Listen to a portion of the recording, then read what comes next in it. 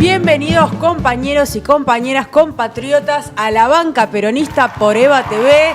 Yo soy Palo, me acompaña Pali y estamos... Nuestro último programa. Él está conmocionado porque estamos en el último programa del año de La Banca Peronista. Ya llega diciembre y bueno, hay que ir haciendo cierres. ¿Ya tomaste sidra? No.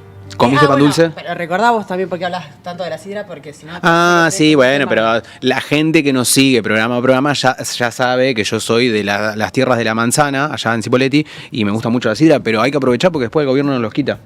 Exacto. La frase de los Simpsons, por las dudas. Ok, sí, perfecto. Muy bien parafraseando a los Simpsons. Este es nuestro último programa, pero igual pueden ver toda la programación anterior de La Banca Peronista y de EVA TV. ¿Dónde, amigo? Lo pueden ver en el canal de YouTube. Nuestro programa lo pueden ver en EVA TV, Comunidad Organizada, pero también les recomendamos que vean los otros canales de EVA TV, porque, por ejemplo, pueden ver la programación en vivo, en EVA TV en vivo, y EVA Justicia Social, todos los programas que también salen ahí. Y también nos pueden encontrar a nosotros, ¿en dónde? En nuestras redes sociales. En @bancaperonista. Exactamente, que ahí subimos todos los recortes de las entrevistas pasadísimas también. Y nada, los invitamos a que lo vean, porque ahora que nos vamos a tomar vacaciones... Sí. ¿Cómo nos vamos a mantener en contacto si no? Y aparte de las redes nadie se tomó vacaciones. Así Exactamente. Que en vez de scrollear podemos ahí formarnos un poquito. Un saludo a todos los compañeros CMs. Exactamente. Que laburan ahí con las redes. Bueno, y vamos con nuestro último invitado del año que, como no podía ser de otra forma, es en piso esta última entrevista del año. Y tenemos a nuestra derecha, a ver si ya la cámara, siempre me gusta decirlo de la cámara. Si la cámara me toma. Bienvenido Nicolás Trota a La Banca Peronista. ¿Cómo estás? Compañera. Bien. Muy bien. Todo cerrando bien. el año ya. ¿Vos cómo venís con el cierre de año? Bueno, un año difícil, con la sensación que quizás lo peor está por venir, pero va a ser un 2026 en disputa, como nuestra América Latina. Exactamente, medio bisagra también. Sí. Va a definir un poco, lo que pasa en el 2026 va a definir un poco el futuro del país. Como pocas veces. Claro. No, creo que con el nivel de virulencia y de fanatismo que enfrenta el gobierno, la realidad que estamos transitando, va a ser un año complejo, tienes un año de organización, de reflexión, y que podemos perder votaciones en el Congreso, pero lo que no podemos perder es el debate público, no podemos perder la discusión por el sentido de qué sociedad queremos, ¿no? Y cuando el gobierno y Milei a la cabeza intentan poner en crisis valores históricos de nuestra sociedad, es cuando hay que dar todas las peleas necesarias, que creo que son peleas que valen la pena, ¿no? Y que tenemos que volver a conectar con la sociedad para construir una alternativa para el 2027, y por eso creo que es tan importante el 2026 y es tan importante lo que ocurra en el Congreso Nacional, que podamos consolidar un peronismo que respete la diversidad, pero que se unifique detrás de un programa de gobierno con la capacidad de romper el corset de endeudamiento y de falta de expectativa futura que tiene nuestra sociedad, ¿no? Y una parte de la responsabilidad de cómo estamos es nuestra, ¿no? Porque somos el partido más importante de la Argentina, pero también creo que en los momentos más difíciles fue cuando el peronismo logró encontrarle salidas a los laberintos que la realidad nos imponía. Encarar el 2026 entonces con cosas que nos caracterizan a nosotros los peronistas, que es un poco de optimismo, pero también ganas de laburar, porque si hay algo que a lo largo de este programa y de todas las entrevistas que hicimos fuimos viendo es que los diputados, los senadores y muchos concejales laburan. Totalmente. Y lo que decimos siempre, relato mata relato, perdón. Sí, totalmente. Yo quiero volver un poquito para atrás y repasar tu biografía, porque nos pusimos a charlar, pero la primera pregunta que te queríamos hacer tiene que ver con eso, porque bueno, vos recientemente asumiste como diputado nacional, pero también sos presidente del Consejo Académico de la UMED, cofundador de la Escuela Justicialista Néstor Kirchner, presidente de la fundación de la Asociación Bancaria y ex ministro de Educación. Sí. Entonces, con todo ese recorrido y esa trayectoria por distintos lugares que tenés, yo quería preguntarte, primero, sobre tu militancia, y segundo, ¿qué te llevó a decidir querer presentarte como diputado?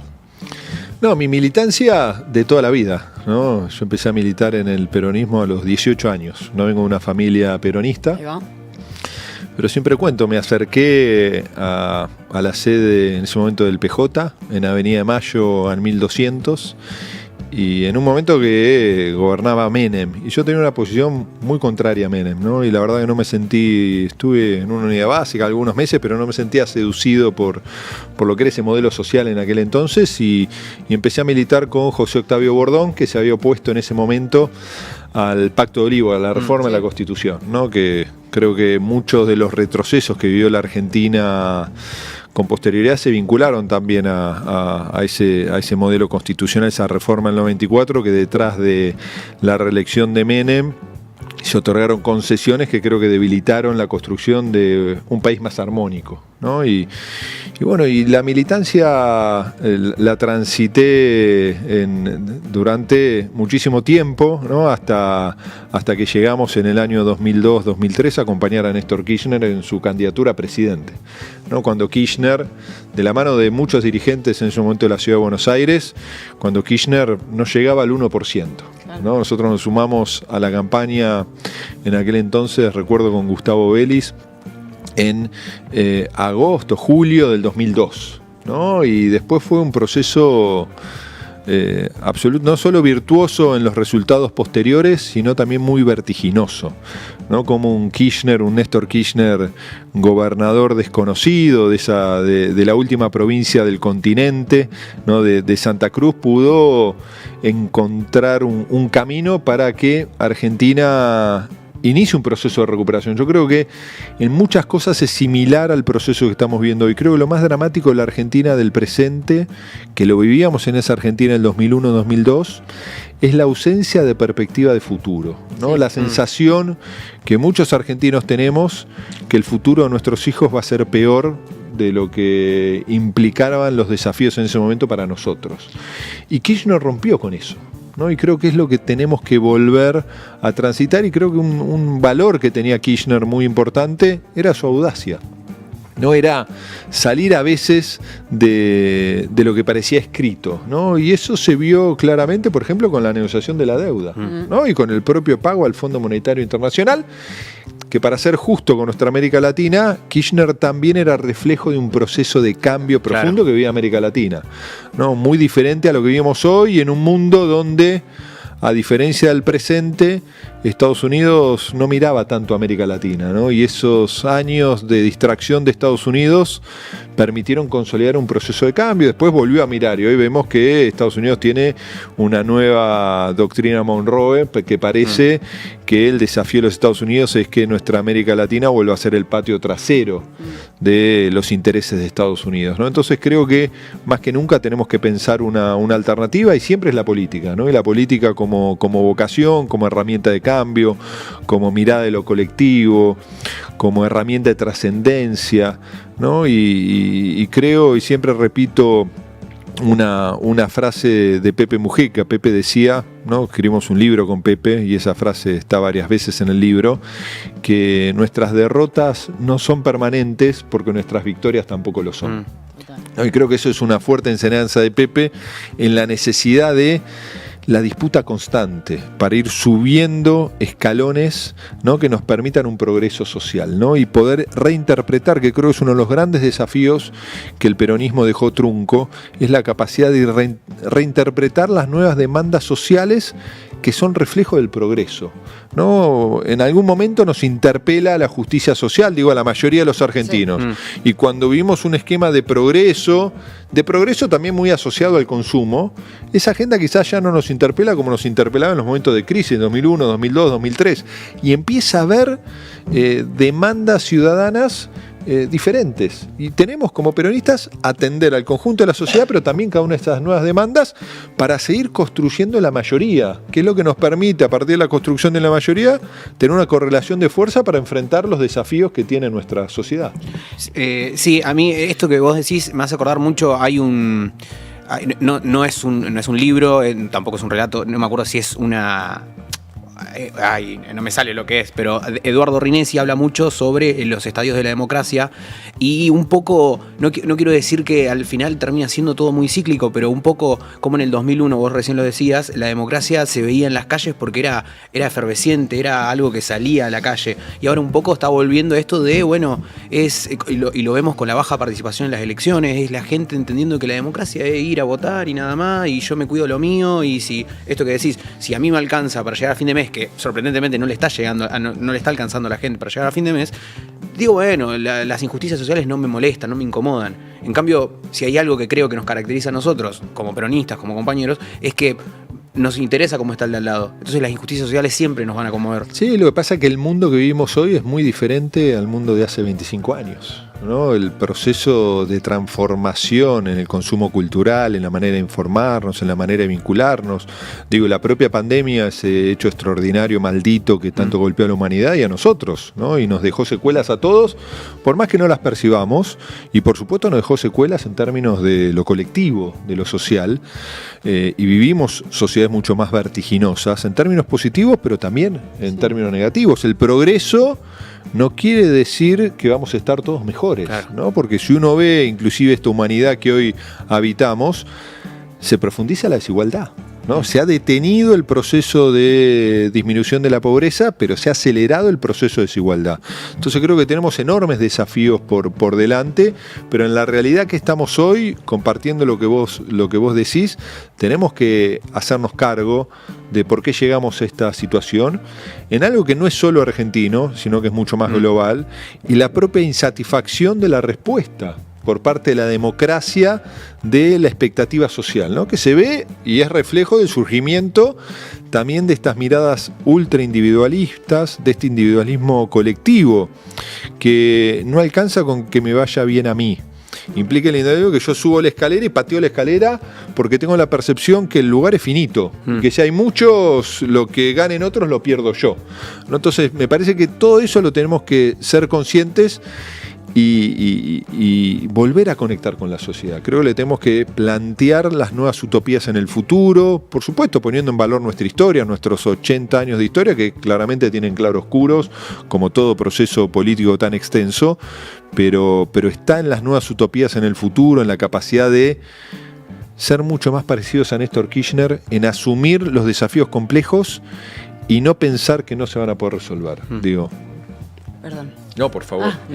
No, Nicolás, pensando en esto que vos recién comentabas sobre los nuevos individualismos, quizá mucho más potentes que en otro momento, me parece que en nuestro gobierno nacional y otros de otros países encarnan mucho esta cuestión de la ruptura del lazo social. Digo, son como ese ejemplo. Y me parece, justo estamos en días donde el gobierno llama a sesiones extraordinarias para votar justamente la reforma laboral, que me parece que es un proyecto que justamente evidencia, ¿no? Como esta fragmentación. ¿Cómo se está viviendo hoy dentro del Congreso? Sé que vos asumiste hace poquitos días, pero bueno, igual estás en tema. Sí.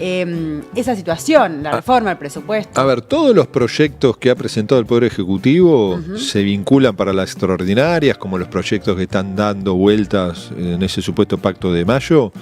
Son proyectos que, desde mi mirada, implican una fuerte continuidad de la retracción del Estado, un fuerte desfinanciamiento, una reafirmación de la ruptura de la responsabilidad del Estado en la construcción de las políticas públicas de intentar construir sociedades más armónicas, procesos de mercantilización de derecho y de consolidación del individualismo, ¿no? Y me parece que la ley de supuesta modernización laboral es una ley que lo único que va a hacer es legalizar la precarización, ¿no? Entonces, siendo claros, lo hablaba antes de ayer que almorzaba con Carlos Tomada, ¿no? Ese ministro de Trabajo durante 12 años y medio, que creó más de 4,5 millones de puestos de trabajo.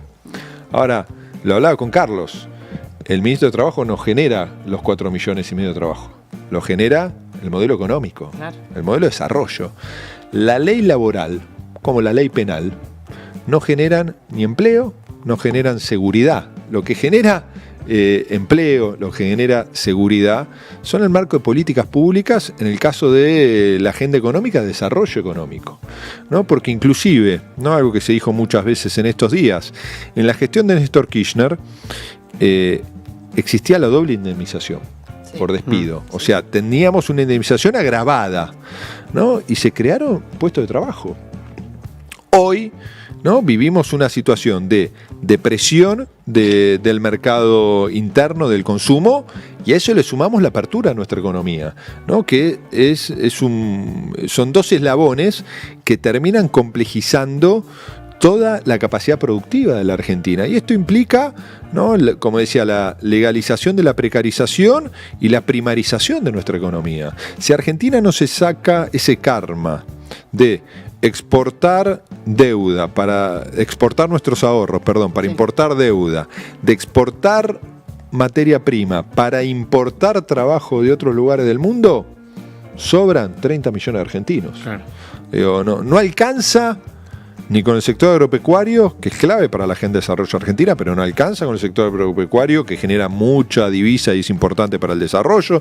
No alcanza con el sector de la energía, del petróleo y del gas, que también es fundamental, y es la primera vez que Argentina puede tener 2 usinas generadoras de divisa, y eso es clave para nuestro desarrollo, si lo sabemos aprovechar.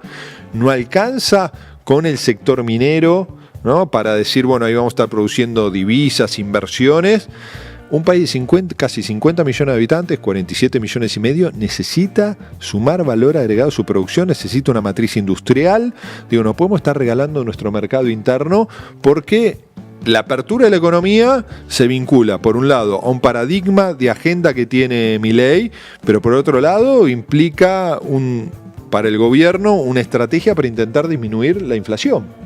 Y estamos con un peso sobrevaluado, que es otro ancla inflacionaria que tiene este gobierno, conjuntamente con los salarios, que implican un proceso de destrucción y precarización de empleo que va a ser cada vez más explosivo, ¿no? Y eso es lo que implica la ruptura de todo tejido social en una Argentina que tenía, antes que asuma Milei, enormes desafíos, porque del año 2015 a la fecha nos subimos un tobogán que no pudimos frenar la caída, ¿no? Y después podemos hablar de que en el gobierno del Frente de Todos tuvimos la pandemia, tuvimos la sequía, tuvimos la guerra entre Rusia e Irak, para mencionar 3 cuestiones que fueron muy duras para atravesar, pero la sociedad no busca excusas, busca respuestas. Claro. Nosotros no pudimos dar las respuestas, ¿no? Entonces, por eso también llegó Milei.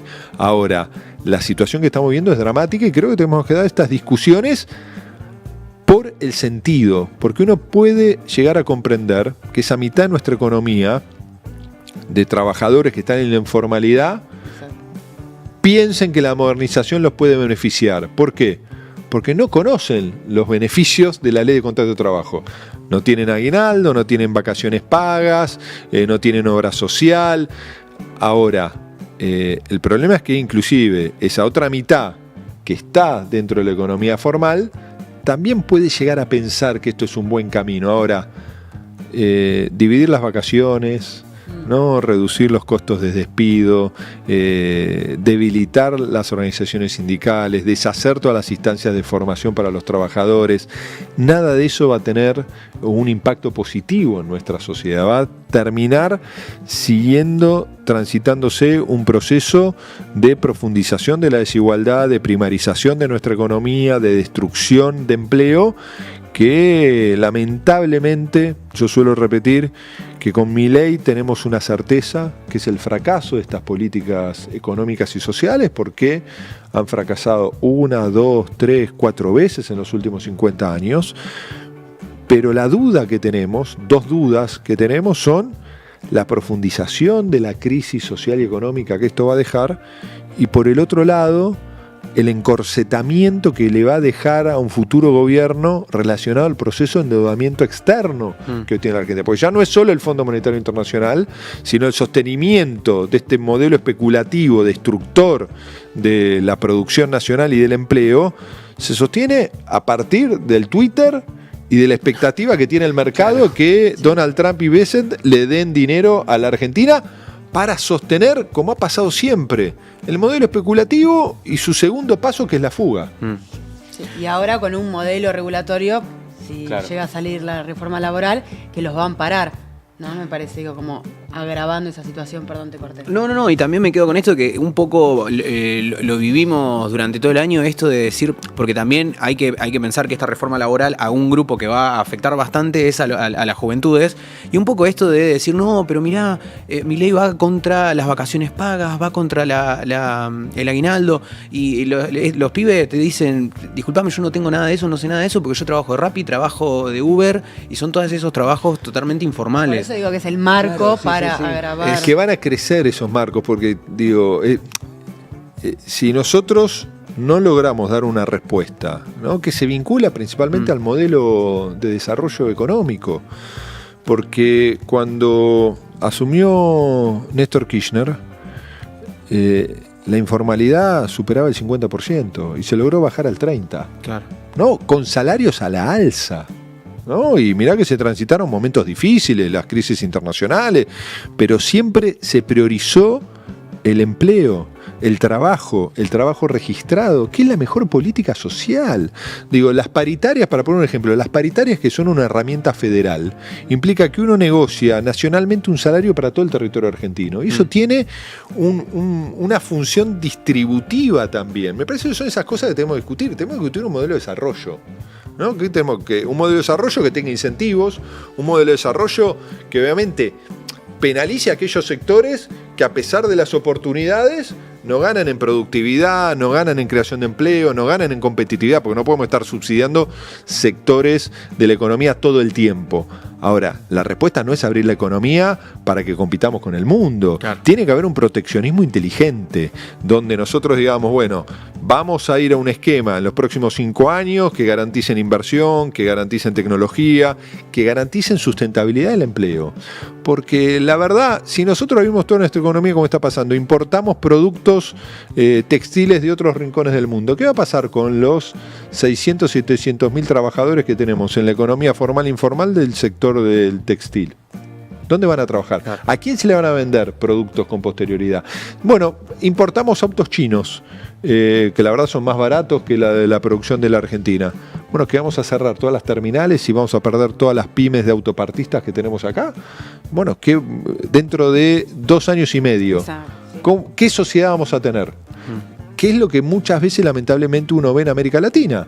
Digo, vos tenés 20, 15, 25% de latinoamericanos que conocen más Miami, Nueva York, Madrid que su propio país, que veranean en lugares exclusivos, y un 80%, 75%, 85% de la población tiene una economía de supervivencia.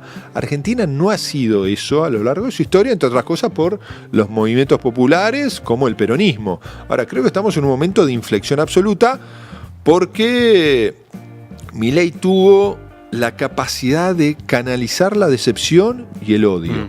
Sí. ¿No? Bueno, y tenemos que romper eso dando las discusiones frontales, ¿no? Y creo que es una oportunidad, porque tenemos que ser, frente a lo que es esta agenda de Milei, intransigente. Nada bueno va a ocurrir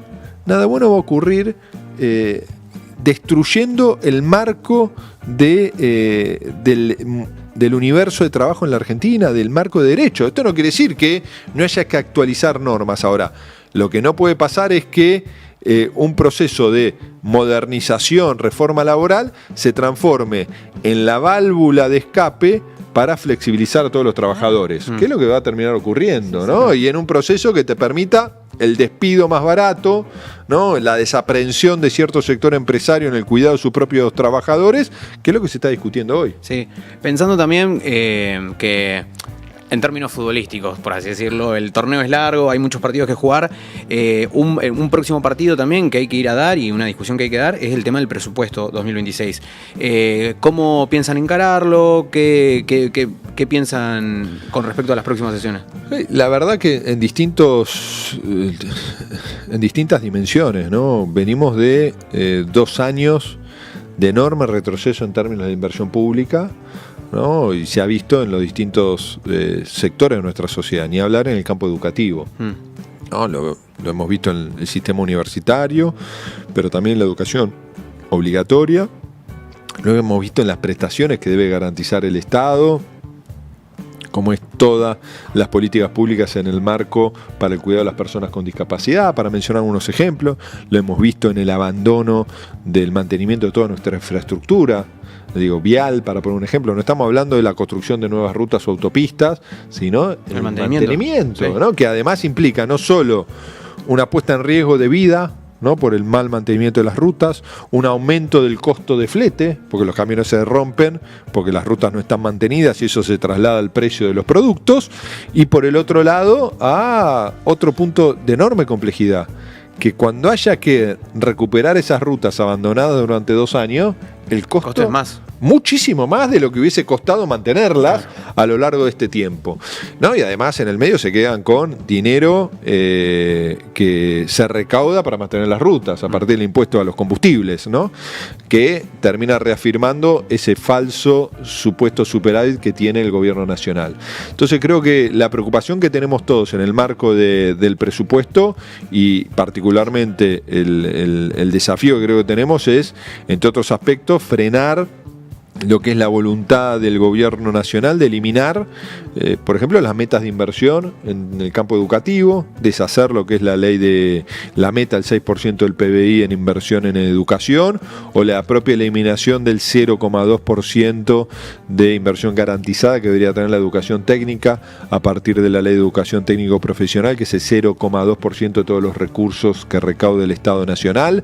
Me parece que esas son discusiones que hay que dar en el Congreso y que tenemos como peronistas que lograr interpelar a la sociedad de cómo ese presupuesto que consolida el ajuste del gobierno de Milei impacta en cada uno de los territorios. ¿En qué se traduce, ¿no?, esta desaprensión que tiene el Estado Nacional en construir federalismo, en construir armonía, en acompañar a las provincias? Porque además el componente adicional de enorme complejidad que tenemos es que cuando se retrae el Estado Nacional, con menos recursos tienen que dar un paso al frente de provincias y municipios, ¿no? Entonces me parece que esa discusión la tenemos que llevar adelante en el Congreso. Vos sabés que eso venimos charlando en todas las entrevistas, digamos, cómo a veces los municipios, las provincias, los concejales nos cuentan también cómo tienen que tener la cintura para poder abarcar problemas que le correspondía, problemas no, digamos, tópicos, temas que les correspondían al gobierno nacional, además de los propios, siendo ellos las caras en el pago chico del Estado, digamos. Claro, y que cada vez tienen menos cintura, por así decirlo. Hablábamos con algunas provincias que nos decían como, che, nosotros vemos en tema de presupuesto que el año que viene no vamos a tener la misma cintura que tuvimos este año. Claro. Entonces, como que, bueno, es la discusión que hay que dar de cara al año que viene, entonces, el presupuesto. Sí. Nicolás, te quería preguntar, ya saliendo un poquito de las sesiones extraordinarias, mencionaste bastante al campo educativo. ¿Qué agenda te imaginás para el año que viene? Bueno, recién un poco la mencionaste igual. ¿Qué agenda te imaginás de cara a la educación en el Congreso? La verdad, lo que uno ve del supuesto proyecto de libertad educativa implica un retroceso inimaginable algún tiempo atrás. Uh-huh. No, mucho más porque todos estos debates se pretenden dar sin la construcción de diálogo, de consenso, intercambio de miradas. Para poner un ejemplo que va a estar en las extraordinarias, que esperemos conseguir la fuerza para que no se apruebe, como la ley de reforma laboral o modernización laboral, no se puede discutir esos cambios normativos en 15, 20, 30 días. Son discusiones mucho más profundas porque pretenden desandar conquistas que se alcanzaron a lo largo principalmente de todo el siglo XX, ¿no? Entonces, en términos educativos, me parece que el gobierno tiene una mirada de distracción del principal problema que tiene hoy el sistema educativo argentino, que es la desaprensión del Estado Nacional, la desinversión educativa.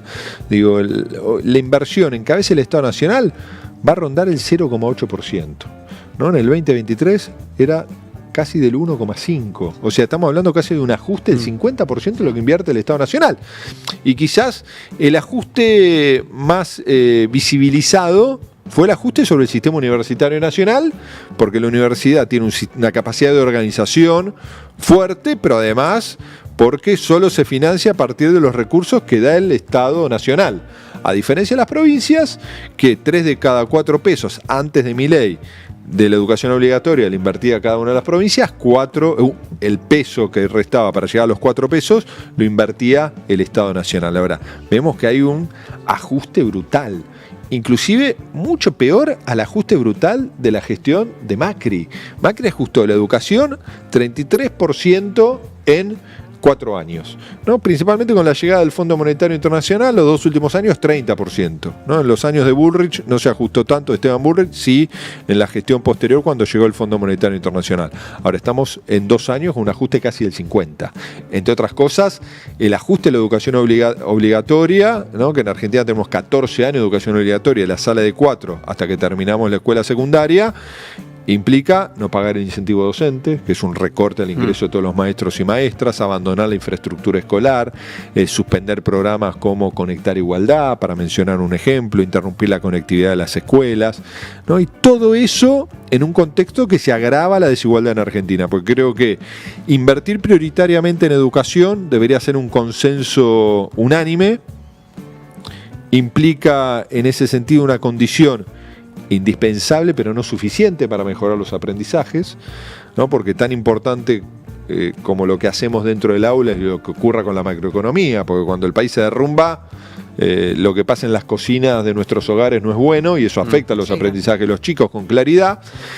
Pero tenemos que ser conscientes que el desafío que tenemos hoy, más presente que no puede esperar, es cómo acompañamos las trayectorias educativas que están dañadas por la desigualdad. Sí. Porque quien transita una sala de 4 no la vuelve a transitar nunca más en su vida, ¿no? Y lo mismo pasa con la escuela secundaria. Hay momentos, lo que no quiere decir la puede terminar como adulto, ¿no? Pero no es lo mismo. Hay que acompañar, hay que ir a buscar a cada uno de los chicos, y el Estado Nacional no se puede hacer el distraído de eso, ¿no? Entonces, donde hay más necesidad tiene que haber más escuela, y esto no implica que no tenemos que mejorar muchísimos aspectos, que tenemos que evaluar todo el marco de las políticas públicas y en particular las políticas públicas educativas, pero la realidad es que estamos sobrecargando a la escuela de responsabilidades cuando le estamos restringiendo los consensos y los recursos, ¿no? Entonces me parece que lo que viene en los próximos meses deben ser debates con argumentos, debates con información y debates que también tengan la pasión de defender a la educación pública como herramienta de transformación social y de progreso, de movilidad social ascendente, porque es la escuela la institución que tiene mayor capilaridad en la Argentina, que sigue sosteniendo un fuerte nivel de legitimidad social, pero claramente presenta enormes desafíos que se han agravado a partir del gobierno de Milei. Nicolás, y esta pregunta que te voy a hacer es un tema que a nosotros siempre nos interesa tocar en las notas, ya como personalmente diría, y bueno, porque vos también venís hablando de nuevos conflictos, nuevas demandas, y de qué tiene que hacer el Estado en esa situación. Tema inteligencia artificial y tema nuevas tecnologías en las aulas. ¿Qué pensás de eso? A ver... Por eso te digo, es más personal, son como los nichos que nos interesan también a nosotros de la comunicación. Y que es un debate que no está para nada saldado. No, en todo sentido, digo, más allá de lo educativo. Digo, no podemos ser ludistas y enojarnos con la tecnología, ni pretender que vamos a prender fuego a las máquinas. Ahora, tampoco podemos permitir que se autorregulen. Tiene que haber un marco de todo esto de regulación por parte del Estado, con la complejidad que tiene un Estado latinoamericano como el nuestro, ¿no? Donde tenemos un nivel de estatabilidad mucho menor, con una capacidad de regulación muy inferior a lo que puede tener los países de la Comunidad Europea o el propio Estados Unidos, ¿no? Y son discusiones que se están llevando adelante en los principales bloques, ¿no? Estados Unidos, Europa, China, de cómo dar una respuesta al marco de regulación y del impacto que tiene hoy ya la inteligencia artificial y la que va a tener en los próximos, no 10 años, en el próximo año y medio, en los próximos años, cómo está reconfigurando la manera de producir, ¿no? Los tiempos, la manera de relacionarnos y por supuesto lo que ocurre a partir de la inteligencia artificial en la sustitución de empleos que imaginábamos que no iban a ser sustituidos en el corto plazo y ya está ocurriendo. Digo, uno ve empresas de tecnología, ¿no? Que se están y que son de las más capitalizadas en el mundo, que están echando personal porque prescinden de programadores porque ya lo hace la IA. ¿no? Entonces, eso si uno diría hace 3 años, ¿era posible? Nadie lo imaginaba. Ahora, dentro de la escuela, creo que implica un enorme desafío de la didáctica, ¿no? Porque cómo aprenden hoy los chicos, cómo se relacionan los chicos, cómo hoy estamos absolutamente sobreinformados y tenemos que tener la capacidad, ¿no?, de procesar la información, de procesar las fuentes, de procesar la veracidad, ¿no? Y de todo ese acceso implica un desafío. Ahora, no nos tenemos que enojar, obviamente tenemos el desafío dentro del aula, yo lo tengo en la universidad que doy clase, ¿no? ¿Qué tipo de examen tomo? Claro. ¿No? Claro, Digo, sí, sí. no doy más examen domiciliario para que no lo haga Total. la inteligencia artificial. No, pero es una herramienta que te ayuda a estudiar también. Digo, a mí me ayuda. Yo estoy escribiendo mi tesis doctoral y la verdad cuando tengo que hacer que compare documentos e información, me reduce al 2% lo que me hubiese tomado. El tiempo de trabajo, claro. El tiempo de trabajo. Y después uno tiene que tener la capacidad de procesar. Por eso yo creo que una de las grandes funciones, más allá del proceso tecnológico, que tiene y que está en la Ley de Educación Nacional, es el desafío de formar ciudadanos con una mirada crítica. Exacto. Digo, tenemos que saber generar la comprensión, ¿no?, de toda esta sobreinformación que tenemos. Ahora, después tenemos distintas dimensiones según el nivel educativo al cual nos estamos refiriendo, debates de mucha actualidad a partir de la distracción que nos genera la tecnología, que lo vivimos nosotros mismos. Digo, cómo tenemos que alejar el celular muchas veces para poder focalizar la atención en lo que estamos haciendo, y eso ocurre en la escuela. Yo, por ejemplo, discusión que venimos llevando hace muchísimo tiempo, y yo lo dije el primer día que se dio el debate, yo estoy a favor de la regulación del uso de los celulares en las escuelas, porque es una herramienta de distracción, salvo que el docente genere una didáctica utilizando el celular.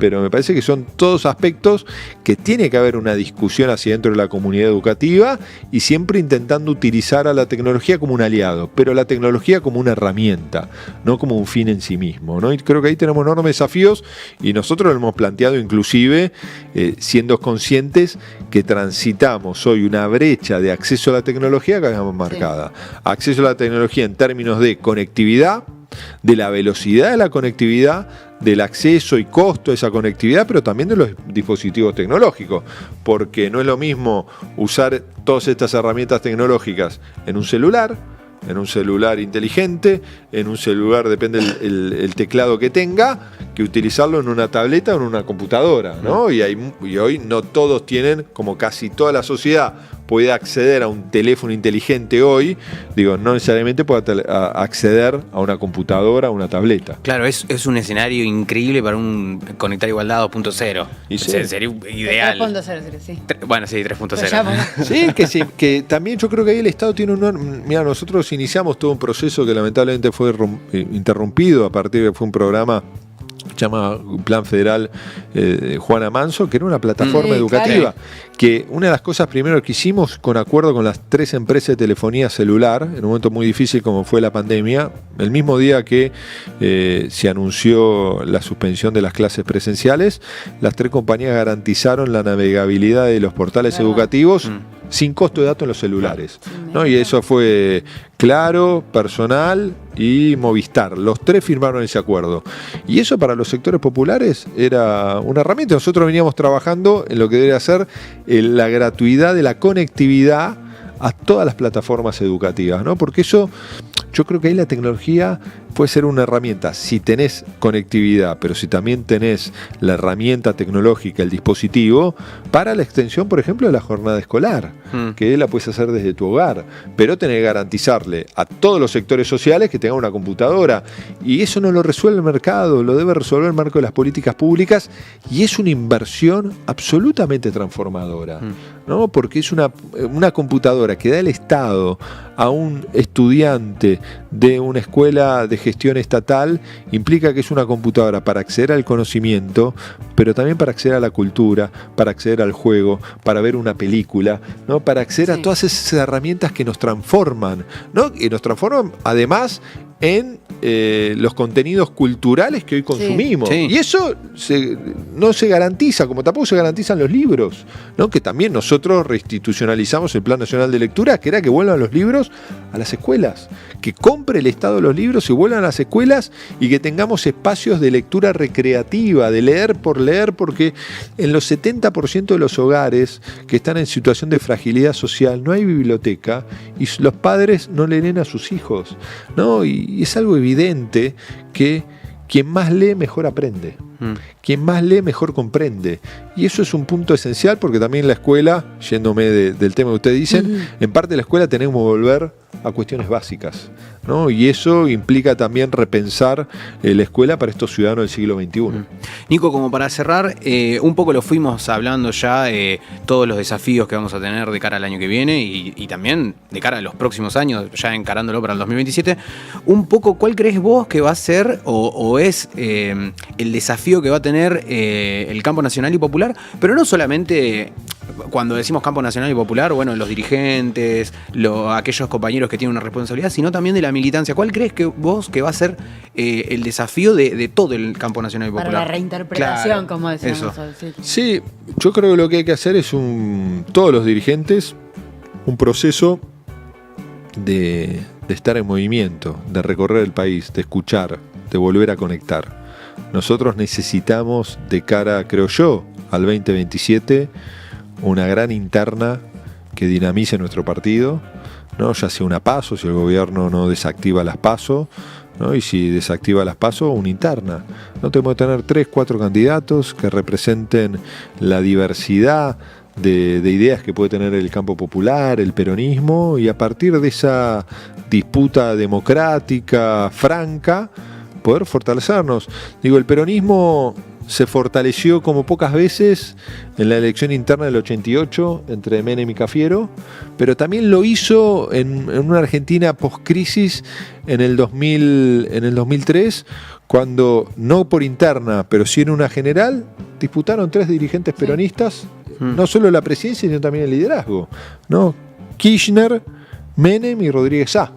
¿No? Y me parece que ahí encontramos un camino. Ahora, tenemos que ser conscientes que hoy la derecha / el antiperonismo tiene hoy, hay que ver qué pasa mañana, pero hoy tiene un jefe que es Javier Milei. Y ahí tenés un bloque del 40% de la sociedad. Y el peronismo es el 35% de la sociedad. No alcanza con eso hoy. Hoy en esta polarización perdemos 40-35. Nosotros tenemos que tratar, no necesitamos el 60. Necesitamos el 45 más 1 para ganar en primera vuelta, ¿no? Y después seguir construyendo, ¿no? La mayor amplitud, la mayor fortaleza, porque gobernar no demanda unanimidad. Demanda consenso, tensiones, acuerdos. Acuerdos lógicos, ¿no? Y me parece que el peronismo tiene que tener dirigentes que recorran las provincias, que escuchen, y que el peronismo tiene que volver a ser, ¿no? La expresión del federalismo, ¿no? Porque además la elección del 23 no solo implicó la derrota en términos del gobierno nacional y el establecimiento de un gobierno de estas características con Milei a la cabeza, sino también implicó el mayor retroceso en términos de representatividad del peronismo en las provincias. Perdimos provincias que gobernábamos del 83. Hay regiones de la Argentina como Cuyo, donde no gobernamos ni una provincia, para mencionar, ni una de las 3 provincias que integran Cuyo, para mencionar un ejemplo. Digo, en la Patagonia, el único gobernador afiliado al peronismo es Ilioto de la Pampa, para mencionar un ejemplo, un territorio que era gobernado casi por todas las provincias por el peronismo. Y eso también es reflejo de la balcanización que vive la política argentina. Nunca tampoco en estos 40 años de democracia tuvimos tantos gobiernos provinciales que no tengan anclaje en un proyecto nacional. Y eso es el debilitamiento del modelo de desarrollo para la Argentina, ¿no? Y eso implica también lo que estamos viviendo hoy, ¿no? Y creo que también es lo que pretende llevar adelante el gobierno de Milei. Y eso le tenemos que dar una respuesta. Y creo que parte del desafío que tenemos es la discusión, el debate por el sentido, el debate por poner en valor nuevamente lo que son nuestras ideas fundantes, ancladas en este siglo XXI, ¿no? ¿Cómo traemos la justicia social al siglo XXI? ¿Cuáles son sus desafíos? ¿Qué implica la independencia económica en este siglo XXI? Y por supuesto también la soberanía política en este siglo XXI. Y para eso creo que tenemos que reinterpretar las demandas sociales, tenemos que escuchar a todos los que vienen sufriendo un retroceso tan marcado en estos 2 años de la gestión de Milei, ¿no? Pero no alcanza solo con el fracaso de Milei para construir una alternativa, ¿no? Tenemos que mostrarle también a la sociedad un programa claro que nos permita asumir las responsabilidades y las transformaciones necesarias que tiene la Argentina en el campo económico, en el campo externo, en el campo educativo, en el campo productivo, ¿no? Y creo que siendo consciente que el peronismo es el partido del trabajo y de la justicia social, y esa tiene que ser nuestra agenda para el 2027. Espectacular cierre, porque y además espectacular cierre también del año, sí, porque es nuestra última nota. Es increíble. Fue una nota en el piso, fue una nota que abarcó un montón de cosas, hablamos de federalismo. ¿Qué más queremos para cerrar el año? Totalmente. Bueno, feliz Navidad. Feliz año. Navidad, feliz año. Y Cristina libre. Ahí es, por totalmente. No nos tenemos que olvidar. Chicos, siempre me confundo acá. En este canal de BATV que tanto intenta hacer también por eso, ¿no? En la generación de conciencia. No olvidar que la presidenta de nuestro partido no solo está detenida, sino también está proscripta, ¿no? Y que creo que eso también habla de un proceso de debilitamiento de la democracia y de un compromiso que tiene que tener nuestro partido, ¿no? En todo lo que es este proceso de debilitamiento de las expresiones populares en nuestra América Latina. Total. Y que es algo que además tenemos que, me parece, lo dijimos mucho acá, denunciar no solamente los peronistas, sino la sociedad toda, entera. Porque es un retroceso democrático para todos nosotros, digamos. No solamente para nuestra referente. Bueno, muchas gracias, Nicolás, por despedir el año con nosotros y por estar acá en piso. Muchas gracias. Muy buena entrevista. Y nosotros nos despedimos a Nicolás primero y nos despedimos también de todos ustedes este año. Fue un gran viaje. Yo me voy con un concepto que estaba pensando ahora a lo último. Dije... Dame un mate, concepto. Bueno, te doy un mate mientras. Perdón, te arruiné el momento cumpleaños de 15 que estabas por tener, bola. Ahora saco las velitas y empiezo a repartir las velitas. No, yo pensaba, tanto que hablábamos de federalismo y un poco del leitmotiv del canal de BATV, que es poder llegar a todo el país, porque nosotros, si hay un proyecto de país que queremos, es un proyecto soberano y federal. El concepto de el turismo político. Porque nosotros, a lo largo de este programa, visitamos muchas provincias, muchos municipios. ¿Estás mangueando? No. Déjame cocinar. No, yo lo que me refiero con turismo político es que visitamos un montón de municipios, un montón de provincias, y más allá de conocer los paisajes y todo lo que uno ve cuando va de vacaciones, por ejemplo, pudimos ver la realidad de cada provincia y contada por compañeros que laburan ahí y un poco se rompen el lomo porque cada vecino, por cada compañero de allá, un poco viva bien, viva como se merece. Sí, hay dos cuestiones que me parece que también a modo de síntesis de fin de año pasaron en el programa. Una tiene que ver eso, digamos. Nosotros seguimos con nuestra consigna de que dato mata relato, y me parece que conocer todos esos territorios, lo que está pasando en las cámaras de cada provincia, en los consejos municipales, en los municipios en sí, a través de los compañeros que están con funciones, me parece que es una manera de matar ese relato que hay del peronismo y que hoy teníamos un gobierno nacional que se fortalece todo el tiempo a partir de esos relatos, a partir de esas mentiras y de esas redes sociales que por ahí nosotros a veces parece que estamos corriendo atrás de la coneja, pero que nuestro trabajo sigue existiendo y somos históricos por eso. Digo, me parece que desde uno de los objetivos del programa de este año fue ese, y el otro, y es lo que decía Nicolás, que tiene que ver también con pensar qué agendas tenemos que generar los peronistas, no solamente los referentes, sino también nosotros como militantes, qué discusiones tenemos que animarnos a tener también entre compañeros para agarrar esas nuevas demandas y esos nuevos conflictos que hay socialmente. Porque uno no es solamente, o sea, uno es militante, pero también es ciudadano de este país, digamos, ¿no? Cuando nosotros hablamos de los nuevos modos de empleo, de los nuevos conflictos habitacionales que por ahí hace 30 años en este país no sucedían, bueno, también a uno lo tocan, uno no está exento de eso, no está por arriba de eso. Entonces me parece que también, a partir de las entrevistas y los intercambios que pudimos tener, y por eso también siempre agradecemos que se tomen el tiempo de darnos el espacio para poder conversar de estas cosas, pero también porque varias veces lo mencionábamos nosotros, e incluso, bueno, esto off the record, cuando nos vamos del programa también lo hablamos como, che, mirá qué loco esto que estuvimos hablando. A nosotros nos sirvió mucho, y sí, si a nosotros nos sirve, yo creo que a la gente que está detrás, que le mandamos un saludo, los queremos mucho, también les debe haber servido, y si no, los invitamos a que vuelvan a ver las entrevistas y vayan al canal de YouTube y las vuelvan a ver, Sí, porque bueno, seguramente les va a servir. Porque nos digan por qué, no. Claro, vengan. Eso también vengan y digan no, porque no les sirve. Cerraba con eso, cerraba toreando el año, buenísimo, peleando, está bien, lo que hice todo el año. Pero bueno, Pero bueno, la búsqueda fue esa, y agradecemos que estén del otro lado acompañándonos a nosotros, acompañando quizás a los compañeros que de sus provincias, de sus localidades que participaron en este programa, y en este camino de poder armar un peronismo de nuevo federal, que lo que decías vos, del trabajo, y que nos englobe a todos también, me parece. Exactamente. Como la búsqueda. Nosotros por Y a nuestra- denunciar lo que haya que denunciar, digo, porque eso, no vamos a terminar el programa sin denunciar. Sí, no, ahí está bien, acá, sí. Bueno, ahí, digo, arriba. nosotros no naturalizamos, digamos, la prisión de Cristina, y me parece que lo que decíamos hoy, hay que seguir denunciándolo porque es un retroceso democrático para todos, para los derechos, para la posibilidad de elegir de todos nosotros. Y es un eso deseo- también es lo que hicimos de nuestro programa, digamos, Es un, decir las deseo cosas que que va a están estar, mal. es un deseo que va a estar en todas las mesas de fin de año de todos los compañeros. Una feliz Navidad, un próspero año nuevo y una Cristina libre y Una candidata. Navidad, sí. Quizás la estoy empujando a que sea candidata también, pero bueno, no importa. Está bien. Uno la quiere libre y candidata. Nosotros por Vos nuestra podés parte. decir lo que querés. Nosotros por nuestra parte les agradecemos muchísimo a ustedes que se tomaron el tiempo no solamente de ver las entrevistas, sino acompañar a estas dos personas en este hermoso proyecto que fue hacer todas estas entrevistas, visitar cada rinconcito del país. Y no sé, vos, ¿qué más No, querés decir? y Pablo? agradecer a Bruno, Exactamente. a Xavi, a Tati, a Paju que está acá. ¿Me estoy olvidando de alguien? No me estoy olvidando de nadie. Y a todos ustedes por estar del otro lado, a Eva TV por el espacio.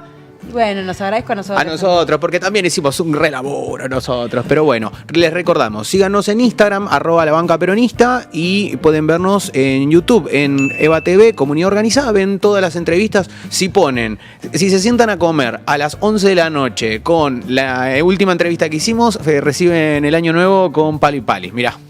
Es lo que querían. ¿Por Sí. qué no harían eso? ¿Quién no querría recibir el año conmigo como, bueno, nosotros nos vamos, gracias por todo, feliz año y a seguir dando las discusiones que haya quedado?